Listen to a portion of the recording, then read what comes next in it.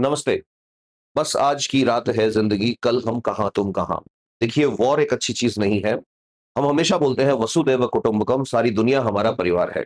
अभी जिस टाइम मैं बड़ा ईज़िली यहाँ पे हवा में बैठ के आराम से और वीडियो रिकॉर्ड कर रहा हूँ, इंटरनेट के थ्रू आप लोग आराम से देख रहे हैं, यूट्यूब चल रहा है, सब चल रहा है, उस टाइम पे किसी शहर में मासूम बच्चों को एक माँ कोने में लेके ऐसे बैठी है।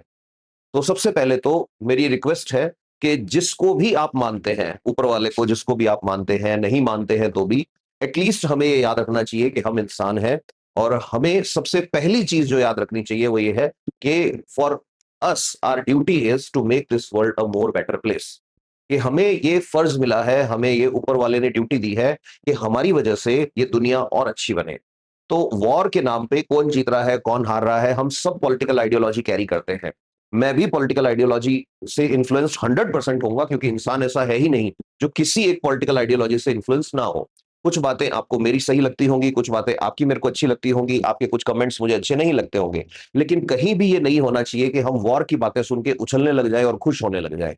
अगर ऐसा होने लग जाए, तो मुझे लगता है कि जिस सिविलाइज़ेशन में ये हाल हो जाए कि हम हमारे ही जैसे लोगों का खून बहता देख के या उनको मरता देख के खुश होने लग गए हैं, तो फिर उस सिविलाइज़ेशन के जो कल्चर जिसको कहते हैं, सिविलाइज़्ड होना जिसको कहते हैं, उसमें बहुत बड़ा क्वेश्चन मार्क आ जाता है। खैर बातें एक तरफ हैं, अब हम आते हैं फिलॉसफी को छोड़ के रियलिज़्म की दुनिया में और रियलिज़्म में कुछ लोग ऐसे होते हैं जिनके लिए उनकी ताकत, उनका ईगो लोगों की जान से बड़ा हो जाता है। ऐसे ही कुछ लीडर्स दुनिया के अंदर बहुत बड़ी-बड़ी पोस्ट पे भी बैठ जाते हैं और उन्हीं में से एक आज हम देख रहे हैं मीडिया के अंदर, आपने सुना होगा, सब लोगों ने पढ़ भी लिया होगा कि डोनाल्ड ट्रम्प ने कहा है कि ईरान जो है, वो आज की रात बर्बाद हो जाएगा। ईरान के पास मंगलवार यानी आज शाम तक का टाइम था और कि मंगलवार की रात जो होगी वो ईरान की आखिरी रात होगी। ईरान को मैं नेस्तो-नाबूद कर दूँगा, ईरान को दुनिया से मिटा दूँगा। सबसे पहली बात यहाँ पर मैं ये बता दूँ, किसी भी देश को मिटाना ऑलमोस्ट इम्पॉसिबल है आज के टाइम में, लेकिन जब आप मिटाने की बात करते हैं, तो इनका ये कहना है कि मैं ईरान को कैमल एज में वापस भेज दूँगा। कैमल एज का मतलब कि मैं उसी जगह भेज दूँगा जहाँ पर ये लोग ऊँट चराया करते थे और ऊँटों से काम चला करता था। इसको हॉर्मुज़ ज़ीरो आर कहा गया है और मैं ये चाहता हूँ कि जो भी लोग अच्छे लेवल के डिस्कशंस करते हैं, वो याद रखें कि हॉर्मुज़ ज़ीरो आर क्या था, कि हॉर्मुज़ ज़ीरो आर था शाम 5:30 बजे तक का टाइम 7 अप्रैल 2026 का, जिसके बाद डोनाल्ड ट्रम्प ने कहा था कि हमारी जो फोर्सेस हैं, स्पेशली इज़राइल की जो डिफेंस फोर्स है, वो आप पे अटैक करेगी। ट्रम्प का आखिरी अल्टीमेटम यहीं खत्म होता है। ट्रम्प ने ट्रुथ सोशल मीडिया हैंडल पर साफ लिखा था कि Tuesday will be power plant day and bridge day, यानी ये रैप अप कर देंगे पावर प्लांट्स और ब्रिज यानी पुल और ये उड़ा देंगे। ब्लूमबर्ग नाम का एक न्यूज़पेपर है, वहां पर लिखा है कि ट्रम्प ने बताया है कि the entire country can be taken down in one night, मतलब एक रात में हम पूरे देश को बर्बाद कर सकते हैं। And that night might be tomorrow night, tomorrow का मतलब आज की बात है, ये इन्होंने 12 घंटे पहले कहा था। अब जब बात ये आती है तो पता लगता है भाई, जब इतनी धमकियां दे रहे हो तो ईरान क्या जवाब दे रहा है। तो ईरान जो था, ईरान ने आज से 12 घंटे पहले ये बोल दिया था कि कोई टेम्परेरी सीज फायर नहीं होगा, सिर्फ परमानेंट एंड ऑफ वॉर होगा। यानी आज की रात या तो डिप्लोमेसी अपना चमत्कार दिखाएगी या ये आज की मिडनाइट जो है, ये मिडिल ईस्ट का सबसे बड़ा सिंगल नाइट अटैक होने वाला है। इसका मतलब यहां पर सच में मामला सीरियस है। मैं फिर अपनी बात दोहरा रहा हूं, या तो आज की रात डिप्लोमेसी अपना चमत्कार दिखाएगी, ये लोग किसी न किसी कंक्लूजन से इस युद्ध को टाल देंगे, या आज की रात अमेरिका, इज़राइल अपनी बात को रखने के लिए, अपने वर्चस्व को बनाए रखने के लिए, अपने डोमिनेंस को बनाए रखने के लिए और प्रॉपर्ली मैं बोलूं तो अपनी हेजेमनी को क्रिएट करने के लिए, फिर से री-इन्फ्लुएंस करने के लिए गल्फ पे आज ईरान पे सबसे बड़ा अटैक करेगा। अब ट्रम्प की डेडलाइन जो है, उसकी एनाटॉमी को अगर हम स्टडी करें, तो हमको सबसे पहले ये देखना पड़ेगा कि ये सिर्फ धमकी है या रियल प्लान है। तो ट्रम्प ने क्या किया है कि ईस्टर एग रोल जो था, उस दौरान प्रेस कॉन्फ्रेंस करी थी। उस प्रेस कॉन्फ्रेंस में ट्रम्प ने 5 चीजें क्लियर करी है। सबसे पहली चीज क्या कही है ट्रम्प ने? सबसे पहली चीज कही है कि ईरान जो है, उसके लिए ये डेडलाइन फाइनल है, यानी 7 तारीख को 8 तारीख हम नहीं होने देंगे। 7 तारीख मतलब 7 तारीख। दूसरी बात, ईरान ने जो 10 पॉइंट प्रपोजल दिया, इसकी बात मैं अभी करूंगा, वो सिग्निफिकेंट है but it's not good enough. तीसरी बात इन्होंने क्या कही कि I am highly unlikely to postpone. ये डोनाल्ड ट्रंप कह रहे हैं कि मुझे नहीं लगता कि मैं इसको आगे टालूंगा। चौथी चीज इन्होंने क्या कही कि हॉर्मुज जो है, उस हॉर्मुज को अगर हम जीतेंगे तो हॉर्मुज से कौन गुजरेगा, वहां पे टोल हम लेंगे, हॉर्मुज हमारा होगा। और पांचवी चीज अमेरिका ने क्या कही कि मैं ये क्रिस्टल क्लियर कर रहा हूं कि ऑपरेशन एपिक फ्यूरी कंटिन्यू रहेगा। ऑपरेशन एपिक फ्यूरी क्या है जो इस टाइम पे वहां पे स्ट्राइक्स चल रही है, that is operation epic fury. अच्छा, यहां पे एक छुपी हुई बात है, वो क्या है कि कुछ एक्सपर्ट्स का ये मानना है कि US Israel joint strike plan जो है, यूएस और इजराइल, देखो ये जो लड़ाई चल रही है ये लड़ाई भले यूएस लड़ रहा हो बट थ्रू इजराइल लड़ रहा है। तो यूएस इजराइल का जो जॉइंट स्ट्राइक प्लान है वो रेडी टू एग्जीक्यूट है, मतलब वो हर लेवल पर तैयार होके बैठे हैं। अच्छा, ये जो डेडलाइन एक्सटेंशन हो रहा है कि भाई 7 बजे का 5:30 बजे का टाइम दिया था, अभी टाइम निकल चुका है, कोई बड़ा अटैक नहीं हुआ है, इसका पर्पस क्या है कि पाकिस्तान जो है वो एक मीडिएटर बन के ऊपर आ रहा है, तो पाकिस्तान मीडिएटेड चैनल से आखिरी मोमेंट तक डील निकालना है। यहां पर बहुत इंपॉर्टेंट चीज है समझने की। तो डोनाल्ड ट्रंप जो है, डोनाल्ड ट्रंप इस टाइम चल रहे हैं एक थियरी पे जिसको बोलते हैं मैडमैन थियरी। मैडमैन थियरी क्या होती है? मैडमैन थियरी आईआर के अंदर बहुत इंपॉर्टेंट है। मैडमैन थियरी जो थी ये फेमस करी थी रिचर्ड निक्सन ने। रिचर्ड निक्सन क्या करते थे? रिचर्ड निक्सन अपने दुश्मन को ये यकीन दिलाते थे कि ये प्रेसिडेंट पागल है और ये कुछ भी कर सकता है। अब डोनाल्ड ट्रंप क्या कर रहे हैं? डोनाल्ड ट्रंप सोशल मीडिया पे धमकियां दे रहे हैं, नंबर एक। नंबर दो, स्ट्राइक कर करके दिखा भी रहे हैं कि देखो मैं ये कर सकता हूं। और नंबर तीन, डोनाल्ड ट्रंप के बयान अगर आप देखेंगे तो उन बयानों में डोनाल्ड ट्रंप ने गाली दी है, बयानों के अंदर डोनाल्ड ट्रंप ने जो लैंग्वेज होती है उसके बैरियर को तोड़ा है। अब आपको क्या लगता है कि डोनाल्ड ट्रंप गाली लिख रहा है ट्रुथ सोशल मीडिया हैंडल पे और उनके पास क्या ऑफिसर्स नहीं है जो उनको ये बताएं कि सर ये गलत है आपकी इमेज के लिए? डोनाल्ड ट्रंप ये जानबूझ के कर रहा है। डोनाल्ड ट्रंप का गाली देना ही, जितने लोग अच्छे से पढ़ाई करते हैं, पॉलिटिकल साइंस की थियरी जिन्होंने पढ़ी है, जिन्होंने हिस्ट्री अच्छे से पढ़ी है, मॉडर्न हिस्ट्री, जिन्होंने रिचर्ड निक्सन की लाइफ को देखा है, वो ये जानते हैं कि ये मैडमैन इमेज क्रिएट कर रहा है अपनी। मैडमैन इमेज से फायदा क्या होता है? मैडमैन इमेज से फायदा ये होता है कि पाकिस्तान के आसिम मुनीर जब जाएंगे, अब आसिम मुनीर सबको पता है कि यूएसए की हेल्प से पाकिस्तान की गद्दी होल्ड किए हुए हैं। अब आसिम मुनीर मीडिएटर बनके जब ईरान के पास जाएंगे तो ईरान को ये फील ही नहीं होगा कि यूएस भी चाहता है कि ये डील हो जाए। ईरान को यासीन मुनीर ये कहेंगे कि भाई वो आदमी तो पागल आदमी है, वो बंदा पागल है, वो कुछ भी कर देगा, उसका कुछ नहीं जाने वाला, वो मार देगा सबको, तुमको, तुम देख लो, डील साइन कर लो। इससे फायदा क्या होगा? Again I am telling you, अब ये वॉर बहुत बड़ा ईगो का वॉर बन चुका है। डोनाल्ड ट्रंप जो है, कई बार मैं पहले भी बात कर चुका हूं, उनको चाहिए नोबेल प्राइज पीस का, शांति का। वो ये कह रहे हैं कि भाई शांति मैं कायम कर रहा हूं, मेरे को नोबेल प्राइज दिलवाओ।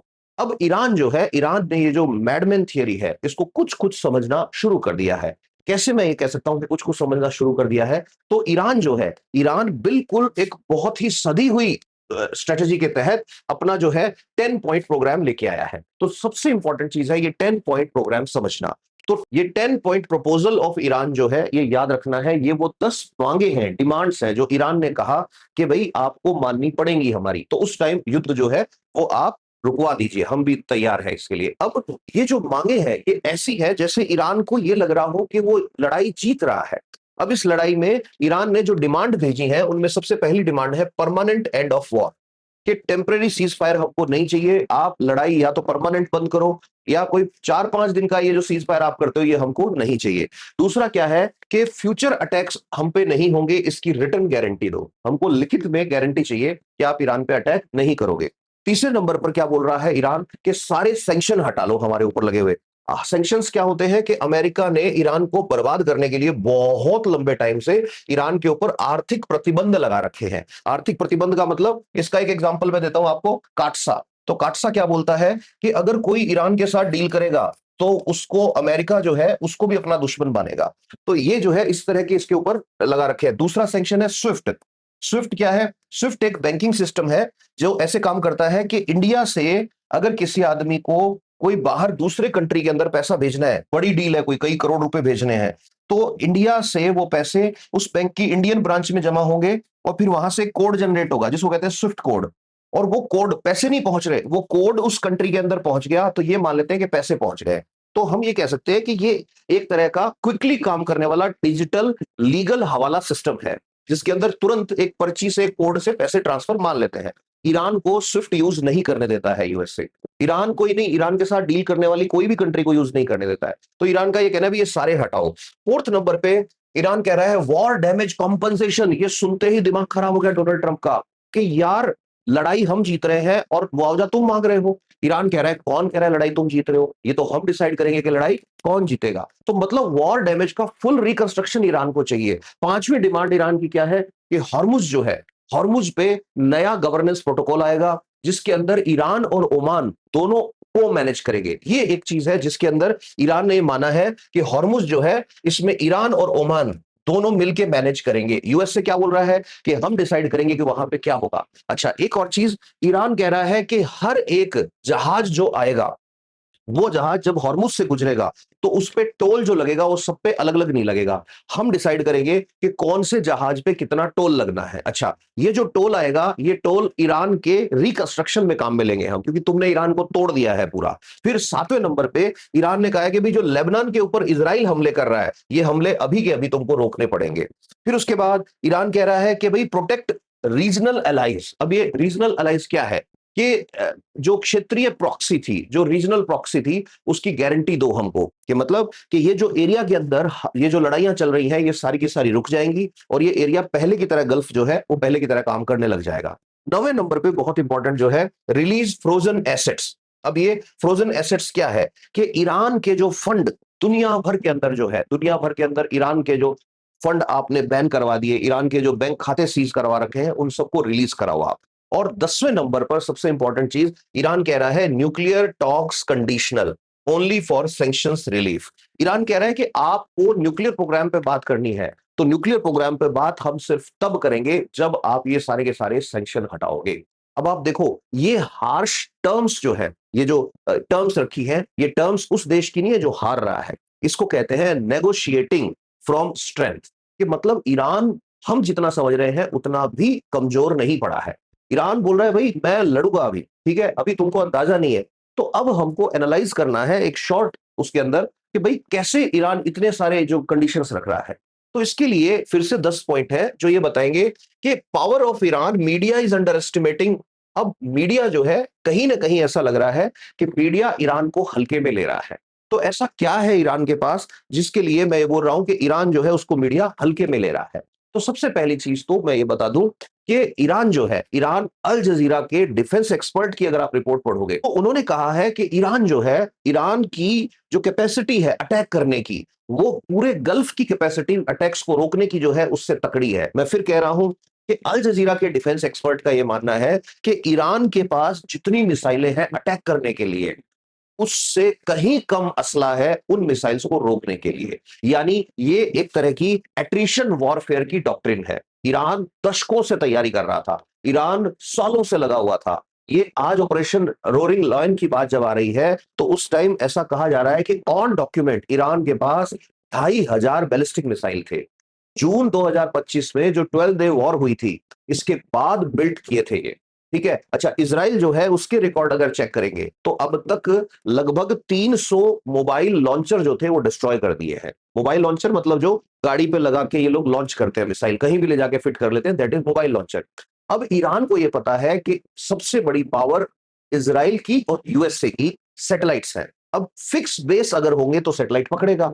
अब ईरान अटैक कर रहा है मोबाइल बेस से। यहां तक कि यूएस के जो नेशनल डिफेंस यूनिवर्सिटी के डेविड नाम के एक एक्सपर्ट है, उन्होंने कहा है without boots on ground it will be hard to completely eliminate Iran capacity to shoot. यानी ईरान का मिसाइल प्रोग्राम जो काइंड ऑफ फंक्शनली डिग्रेडेड है बट डिस्ट्रॉयड नहीं है। मतलब ईरान की जो मिसाइल्स हैं, जिनमें आता है साहब 3, जिनमें आता है सिजी 3, जिनमें आता है खुरम शाहर 4, जिनमें आता है फतेह, जिनमें आता है खैबर, ये सारी की सारी जो मिसाइल्स हैं, इनकी रेंज 1000 किलोमीटर से 2000 किलोमीटर तक है। हो सकता है यहां से सीधा अंटार्कटिका ना मार पाए, हो सकता है ICBM intercontinental ballistic missile range की ना हो, बट पूरा का पूरा गल्फ जो है उसको इजीली ये कवर कर सकता है।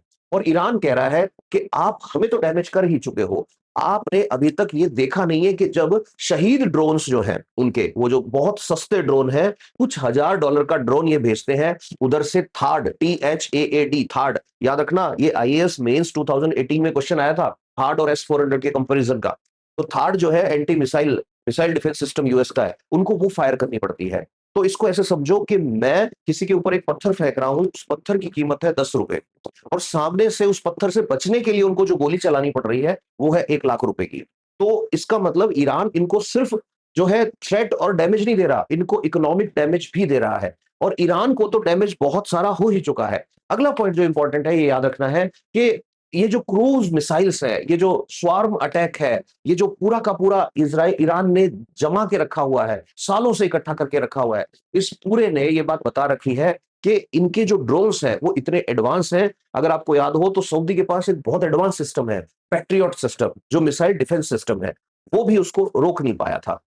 अच्छा, अगर आप ताजा एग्जांपल देखना चाहें, तो आपको पता होगा, अभी अगर न्यूज़ अच्छे से सुनते हैं तो अल जुबैल स्ट्राइक किया है ईरान ने आज सुबह, ठीक है? एक kind of game changer performance दिखाते हैं ना, जैसे कि ये जो खिलाड़ी है ये पलट सकता है गेम को। ईरान ने सऊदी अरेबिया के अंदर अल जुबैल इंडस्ट्रियल सिटी है, उसमें बैलिस्टिक मिसाइल से और ड्रोन से हमला किया है। सऊदी डिफेंस मिनिस्ट्री है वो कह रही है कि भाई हमने 7 मिसाइल इंटरसेप्ट करी है। बट अगर आप आग लगी हुई देखेंगे, अगर आप ये देखेंगे तो पता लगेगा कि भाई आप इंटरसेप्ट कर पाते उससे पहले इन मिसाइल्स ने आके अटैक कर दिया। अब एडवांस लेवल का इंटरसेप्टर भी इनको इंटरसेप्ट नहीं कर पा रहा है। अब ये जो एरिया है ये अप्रोक्सीमेटली 1000 स्क्वायर किलोमीटर में फैला हुआ एरिया है। इसके अंदर बहुत सारी बड़ी-बड़ी कंपनियां हैं। इन सारी कंपनियों को अगर हम देखें तो पूरी दुनिया की 5-7% जीडीपी यहीं से रिलेटेड है। पूरी दुनिया का 5 से 7% पेट्रोलियम आउटपुट यहीं से रिलेटेड है। यहां तक कि 5 लाख बैरल तक पर डे ऑयल यहां से जाता है। अब इन्होंने अगर ये अटैक किया है तो सऊदी अरेबिया जो है, उस सऊदी अरेबिया से ज्यादा असर बाकी दुनिया पे पड़ने वाला है, क्योंकि ये सच है कि ट्रंप जो है, डोनाल्ड ट्रंप रुकने वाले हैं नहीं। अगर डोनाल्ड ट्रंप नहीं रुकेंगे तो ईरान का सिंपल सा मैसेज है कि हम रिटेलिएट नहीं करेंगे, हम तुम्हारी इकोनॉमी तोड़ देंगे। ईरान अब कह रहा है हम तुम्हारी इकोनॉमी तोड़ेंगे। अब यूएई और सऊदी अरेबिया जो है वो वॉशिंगटन से लास्ट मिनट डील के लिए डेस्परेट क्यों नहीं होगा? मतलब लड़ाई ईरान की और यूएस की है, लड़ाई ईरान की और इजराइल की है। बट इस लड़ाई के अंदर अब पूरा गल्फ ये चाहता है कि पीस हो जाए। पूरी सऊदी चाहती है, कतर चाहता है, सब चाहते हैं कि पीस हो जाए। रीजन, ये लड़ाई जब एस्केलेट अगर होगी, जो कि ना हो, मैं चाहता हूं कि ये नहीं हो, आप लोग भी यही चाहते हैं कि ये नहीं हो, लेकिन अगर ये वॉर आगे बढ़ेगी तो होगा क्या? इस वॉर में यूएस और इजराइल ईरान पे अटैक करेंगे और ईरान जो है वो अटैक करेगा चारों तरफ की गल्फ कंट्रीज पे। मतलब टोटल गल्फ जो है उसकी बर्बादी। गल्फ ऑफ पर्शिया की हिस्ट्री में वॉर्स के अलावा और कुछ नहीं था। पिछले 50-60 साल को अगर उठाएंगे तो भी इकोनॉमी बहुत बूम करी।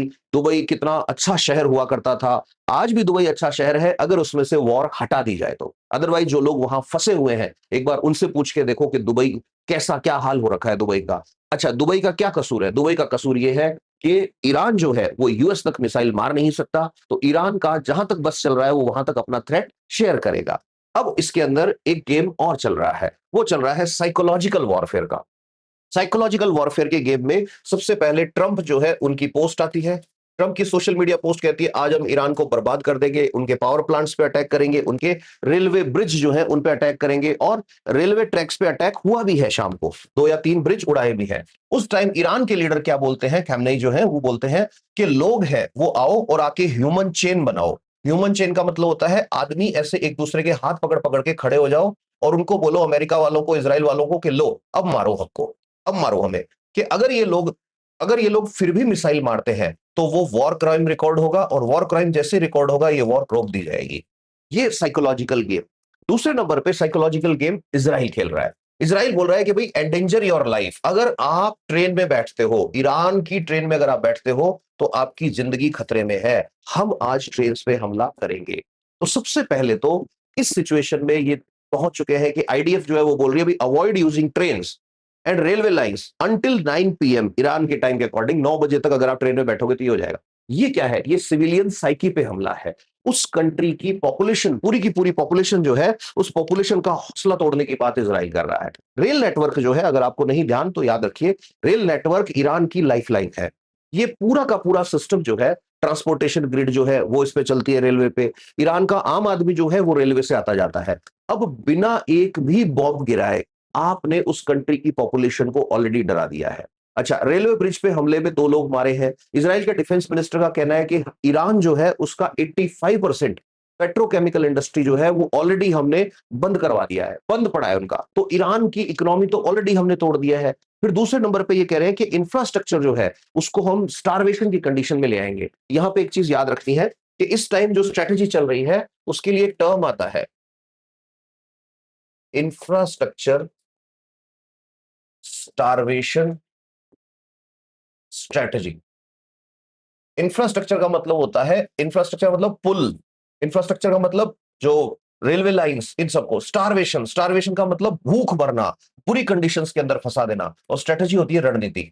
तो ये स्ट्रेटजी कौन लगा रहा है? ये यूएस और इजराइल दोनों मिलके अगेंस्ट ईरान लगा रहे हैं। तो मतलब ईरान को वैसे सबसे पहले साइकोलॉजिकली तोड़ने की कोशिश, नहीं टूट रहा, तो अब इंफ्रास्ट्रक्चर स्टारवेशन स्ट्रेटजी लेके आए। दूसरे नंबर पर यूएस और इजराइल में से इजराइल खेल रहा है, मैंने बताया था, साइकोलॉजिकल वॉरफेयर गेम। तीसरे नंबर पर ये क्या कर रहे हैं? तीसरे नंबर पर ये बीच बीच में लिमिटेड और प्रिसाइज स्ट्राइक्स कर रहे हैं। लिमिटेड मतलब थोड़ी थोड़ी, और प्रिसाइज का मतलब पिन पॉइंटेड अटैक कर रहे हैं। और चौथे नंबर पे ये क्या कर रहे हैं? चौथे नंबर पे ये बीच बीच में कहीं कहीं नेगोशिएशंस जो है उनको सुन रहे हैं और फिर फॉलो कर रहे हैं मैडमैन थियरी। तो मतलब अगर मुझसे कोई पूछे कि इस यूएस, इजराइल और ईरान वॉर को आप कैसे एनालाइज करोगे, तो मैं ये बोलूंगा कि यूएस और इजराइल मिलके ईरान को फंसा रहे हैं इंफ्रास्ट्रक्चर स्टारवेशन स्ट्रेटजी की कंडीशन में, नंबर वन। नंबर टू, ये साइकोलॉजिकल वॉरफेयर का गेम खेल रहे हैं। नंबर थ्री, ये लिमिटेड प्रिसाइज स्ट्राइक कर रहे हैं। नंबर फोर, नेगोशिएशंस तो हो रहे हैं, बट नेगोशिएशंस में निक्सन के टाइम की जो मैडमैन थियरी है, इसको ये लोग यूज कर रहे हैं।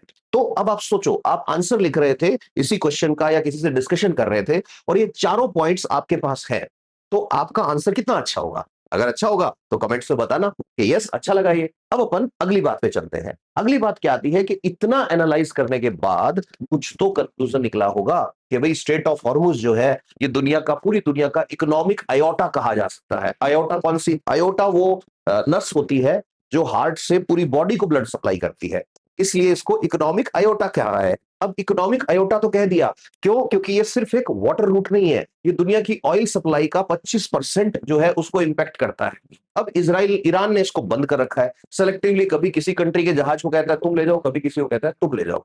अब जो ईरान है वो ये चाहता है कि हॉर्मुज जब कंट्रोल में आई गई है, तो जैसे इजिप्ट ने, आपको याद होगा, इजिप्ट यानी मिस्र ने कोई जमाने में स्वेज कैनाल जो है उसके ऊपर कब्जा कर लिया था, तब से आज तक स्वेज कैनाल जो है वो इजिप्ट के पास है, उसपे से टोल लेता है।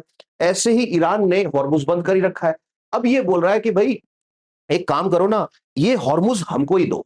दूसरी तरफ ट्रंप क्या बोल रहे हैं? ट्रंप बोल रहे हैं कि भाई क्यों, what about USA if we are taking tolls, क्यों? कि वी आर द विनर्स। अब यूएस कह रहा है हम जीते हैं तो हॉर्मुज हमारा है, क्यों? उसके लिए भी इकोनॉमिक एसेट है। ईरान कह रहा है ऐसे कैसे होगा, हमारा जो है हॉर्मुज, उसको आप कैसे आप ले सकते हो? तो 1956 के अंदर जो स्विस क्राइसिस हुए थे, मुझे ऐसा लग रहा है कि उसका ही एको चैम्बर बन रहा है। एको चैम्बर मतलब वही चीज दोबारा जो है ये रिपीट हो रही है। अच्छा, एक और चीज अगर आप देखेंगे तो जो सुप्रीम लीडर्स है, जो यमन की बात अगर आप करें तो यमन के जो हूती है उनकी बात करें, ठीक है, या दूसरों की बात आप करें, जितने भी रिबेल ग्रुप्स जो हैं, वो सारे अगर आप बात करेंगे तो आपको पता लगेगा सब के सब इस टाइम पे कंसर्न है अबाउट ऑयल ट्रेड। अब जैसे ही आप ऑयल ट्रेड की बात करते हो या ऑयल इकोनॉमी की बात करते हो, तो आप गल्फ के बिना इस दुनिया को चलाना इमेजिन नहीं कर सकते। हालांकि यूएस का फायदा है, ये क्यों फायदा है? थोड़े टाइम पहले यूएस ने वेनेजुएला का तख्ता पलट करवाया है।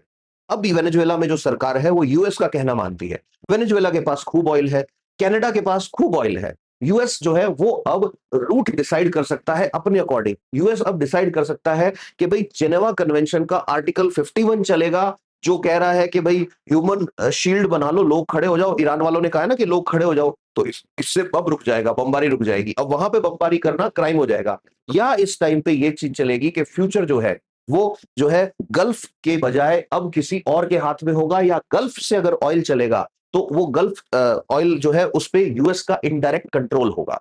तो ये जो चीज है ये बड़ी उसमें ले जाती है डिलेमा में। अब ऐसे में आती है सबसे इंपॉर्टेंट चीज कि भाई अब पॉसिबिलिटी क्या बन रही है। तो यहां पर मैं ये कहना चाहूंगा कि पॉसिबिलिटी यहां पर तीन बन रही है। तीनों पॉसिबिलिटी को अपन फटाफट से देख लेते हैं कि भाई क्या होने वाला है। तो आज की रात हो या कल का दिन हो, उसके थ्रेट सिनेरियो को देखें तो हमें पता लगेगा कि सबसे पहला है कि लास्ट मिनट डील हो सकती है। ये लास्ट मिनट डील होने की, जो एग्जीक्यूट होने की या डील होने की या एक्सटेंशन मिल जाए 24 से 48 घंटे का, ये हो सकता है। हो सकता है असीम मुनीर जो है वो एक हीरो बन के उभरे कि भाई इन्होंने ये डील कराई है। हो सकता है कि ईरान जो है, ईरान कहीं न कहीं रिलीफ पा जाए। आज रात को यूएसए हो सकता है कह दे कि भई इनको स्विफ्ट कोड यूज़ करने देंगे। ये जो सैंक्शन लगाए थे इनमें पार्शियल रिलीफ दे देंगे।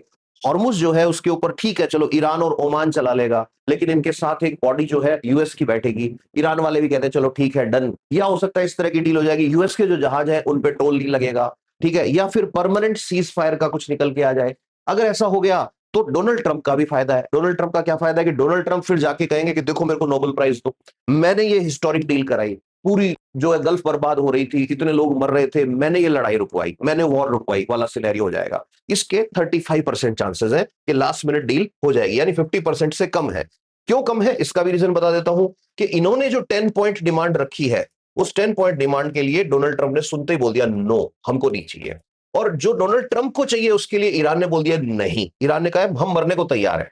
अब आते हैं दूसरी पॉसिबिलिटी कि लिमिटेड स्ट्राइक पैकेज, कि भाई लिमिटेड स्ट्राइक पैकेज क्या है कि हो सकता है सबसे ज्यादा चांसेस ये होने के हैं।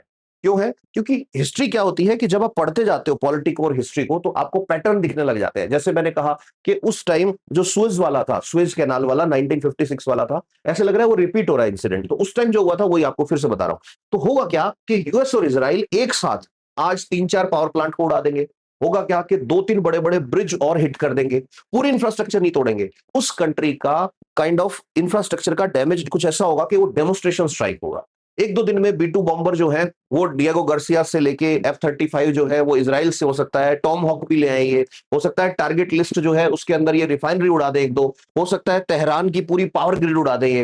हो सकता है पूरा जो ब्रिजेस है वो सारे उड़ा दे, रेलवे लाइंस बहुत सारी उड़ा दे। ये पूरा का पूरा जो होगा ये होने के चांसेस नियर अबाउट 50% है, जो कि गलत है। अब ऐसी कंडीशन अगर होती है तो ऐसी कंडीशन में ईरान भी रिटेलिएट करेगा। ईरान जब रिटेलिएट करेगा तो ईरान टारगेट करेगा कतर को। क्यों? क्योंकि कतर में अल हुदैद के अंदर सबको पता है यूएस का बेस है। ये अटैक करेगा यूएई को, ये अटैक करेगा यूएई के अंदर दाफरा को, ये अटैक करेगा अल खर्ज को। अल खर्ज जो है वो भी जो है सऊदी के अंदर यूएस का बेस है। इनको ये हिट करने वाला है। इसके चांसेस है 45%, मतलब सबसे ज्यादा चांस इसी के ही लग रहे हैं। 20% चांस उस चीज के हैं जो क्लेम कर रहा है कि भाई हम ईरान को कैमल एज में भेज देंगे। कैमल एज मतलब कि हम पूरे ईरान को नेस्तो नाबूद कर देंगे। ट्रंप ने जो स्टोन एज वाला थ्रेट दिया था वो हो सकता है 20% उसके भी चांसेस हो कि 36 घंटे के अंदर पूरा पावर ग्रिड उड़ा दिया, पूरे ब्रिज उड़ा दिए, पूरी रिफाइनरी उड़ा दी, पूरा कम्युनिकेशन टावर उड़ा दिया। मतलब जिसको बोलते हैं कि मैसिव ऑर्डिनेंस पेनिट्रेटर, बहुत जबरदस्त लेवल पे उनके सारे जो है बॉम्ब उड़ा दिए, सारे मिसाइल स्टोरेज नष्ट कर दिए। हॉर्मुज जो है उसको जो है खराब कर दिया पूरे को, पूरे उनके आपने पोर्ट तोड़ दिए, पूरा ईरान जो है उसको तोड़ डाला। ऐसी कंडीशन अगर हो जाएगी तो ईरान कहां पहुंचेगा? ईरान पहुंचेगा स्टोन एज में, ईरान पहुंचेगा कैमल एज में जिसको कहते हैं, ठीक है? वहां पे चला जाएगा। लेकिन इसके चांसेस 20% है और आप और मैं हम सब ये चाहते हैं कि ऐसा ना हो, ऐसा होना ही नहीं चाहिए। फिर उसके बाद आगे हम चले और एक बात करें कि भाई इस पे मेरी ओपिनियन क्या है। तो मेरी ओपिनियन की बात अगर मैं करूं तो कुछ पॉइंट्स हैं जिन पे मैं बात करना चाहूंगा कि जैसे स्ट्रेटेजिक ट्रुथ ये है कि in prolonged wars defender always wins, ये बात याद रखनी है। यूएस और वियतनाम की वॉर की हिस्ट्री अगर आप देखेंगे तो आपको पता लगेगा कि यूएस ने वियतनाम में ये चीज सीखी कि पावर से नहीं जीतते, जो डिफेंडर है वो जीतता है हमेशा। सोवियत वालों ने अफगानियों से सीखा है कि वो नहीं जीतता जो अटैक करने घुसता है दूसरी कंट्री में, वो जीतता है जो उस कंट्री में रह के सिर्फ उतना मारता है जितना उसको जिंदा रखने के लिए बहुत है। यूएस ने यही चीज फिर से इराक में सीखी थी, यही चीज यूएस ने अफगानिस्तान में भी सीखी। कितने साल अफगानिस्तान में बैठे रहे, नेस्तो नाबूद कर पाए अलकायदा को, आज पावर में अलकायदा फिर से बैठा है। ईरान को कोलैप्स नहीं करना है, ईरान को सिर्फ टाइम खींचना है। हर दिन जो ड्रैग होगा, हर एक्स्ट्रा दिन जो लड़ाई चलेगी, यूएस की क्रेडिबिलिटी जो है वो टूटेगी। यूएस जो है वो गल्फ के जो दोस्त हैं उनके साथ लॉयल्टी तोड़ेगा, ऑयल प्राइस बढ़ेगा, अमेरिका की पब्लिक ओपिनियन जो है वो और खराब होती जाएगी। अगर आप देखेंगे आज अगर इलेक्शन होते, डोनाल्ड ट्रंप जो है वो हो सकता है खुद के घर में नहीं जीत पाते। डोनाल्ड ट्रंप का डर ये नहीं है कि ईरान जीत जाएगा, डोनाल्ड ट्रंप का असली डर ये है कि नवंबर 2026 में जो मिड टर्म इलेक्शन होने वाले हैं यूएसए में, उनसे पहले ये वॉर जो है ये ऐसे नहीं हो जाए जैसे वियतनाम वॉर हो गई थी अमेरिका के लिए। यहां पर एक और छुपा हुआ एंगल है जिस पे हमें बात करनी चाहिए। वो क्या है कि गल्फ मोनार्कीज का मतलब है जो गल्फ में सऊदी के लोग हैं या जो गल्फ में कतर के लोग हैं जिन्होंने यूएस को अपनी जमीन दी। अब उनको ये अंदाजा ही नहीं था कि यूएस वहां से जब हटेगा उस टाइम ईरान क्या हाल करेगा? अब जैसे ही ईरान उन पे अटैक करेगा और ये वॉर बहुत एस्केलेट होगी, अब अमेरिका जो है वो मिडिल ईस्ट के अंदर जब हट जाएगा, उस टाइम ये दुश्मनी कहाँ पहुंचेगी? ये एक बड़ी चीज है। अमेरिका जो है हो सकता है अपनी मिलिट्री प्रेजेंस जो है उनको पूरी तरह से हटा ले। रीजन क्या है कि जो पैक्स अमेरिकाना जिसको कहते थे कि अमेरिका जो है हर जगह इंटरफेयर करेगा, हर जगह प्रोटेक्शन की बात करेगा, उसका एक एंड यहां पर हो सकता है। जो भी हो, हमें ये याद रखना है कि हमारा 60% ऑयल जो है वो हॉर्मुज से आता है, हमारा का मतलब इंडिया का। एक रात का स्ट्राइक पेट्रोल के रेट को 10 से 15 रुपए बढ़ा सकता है। अब 90 लाख इंडियन वर्कर जो गल्फ में काम करते हैं, ठीक है, जिनका इवैक्यूएशन का कोई ऐसा प्लान रेडी नहीं है और एकदम से आप निकाल के भी नहीं ला सकते हो, ठीक है। आरबीआई जो है वो अपने फॉरेक्स को डिफेंड कर रहा है। कतर जो है वहां से एलपीजी आता है। अब अगर कतर जो है वो अगर इस तरह की वॉर में फिर से बहुत बुरी तरह फंस गया है, तो उस टाइम क्या होगा? ये चीजें हमारे लिए प्रॉब्लमेटिक होंगी। हमारे लिए अगर इतनी प्रॉब्लमेटिक होंगी ये, तो हमारे पड़ोसियों के लिए भी होंगी, तो ईरान के लिए भी होंगी और यूएस के लिए भी होंगी। तो हमें ये प्रे करना चाहिए, हमें ये एक्सपेक्ट करना चाहिए हमारे लीडर्स से जितने भी हैं कि अब बड़े लीडर्स को उठ के अंदर आने की जरूरत है। जिनमें मोदी साहब हैं, नरेंद्र मोदी जी आए, जिनके अंदर शी जिनपिंग साहब है वो आए उठ के, जापान वाले आए उठ के, व्लादिमीर पुतिन आए। रा रा रासपुतिन गाने गाने से नहीं होता। नाउ इट्स टाइम कि वो आए, आके वो है ना कि he can preach the Bible like a preacher, आए आके बताएं कि भाई इस लड़ाई को रोको, इसमें किसी का फायदा नहीं होने वाला है। और सबसे जरूरी चीज है यूएस की जनता आए, यूएस के ऑपोजिशन लीडर्स आए, आके वहां पे इमरजेंसी मीटिंग बुलाएं, बुला के ये पूछा जाए कि अब और क्या चाहते हो। ये जो 10 पॉइंट ईरान ने डिमांड रखी है, इसमें उसने गलत क्या मांगा है? आपको हॉर्मुज नहीं देना, मत दो। आपने 10 के 10 पॉइंट रिजेक्ट कर दिए। How you can do this? तो इन चीजों को अगर आप देखेंगे तो आपको लगेगा कि अब ये वॉर सिर्फ ईगो का पॉइंट बच चुकी है, और जिसके एक साइड या तो डील है जो मैं चाहता हूं हो जाए, और दूसरी साइड विनाश ही विनाश है। काश ऐसा ना हो। नमस्ते।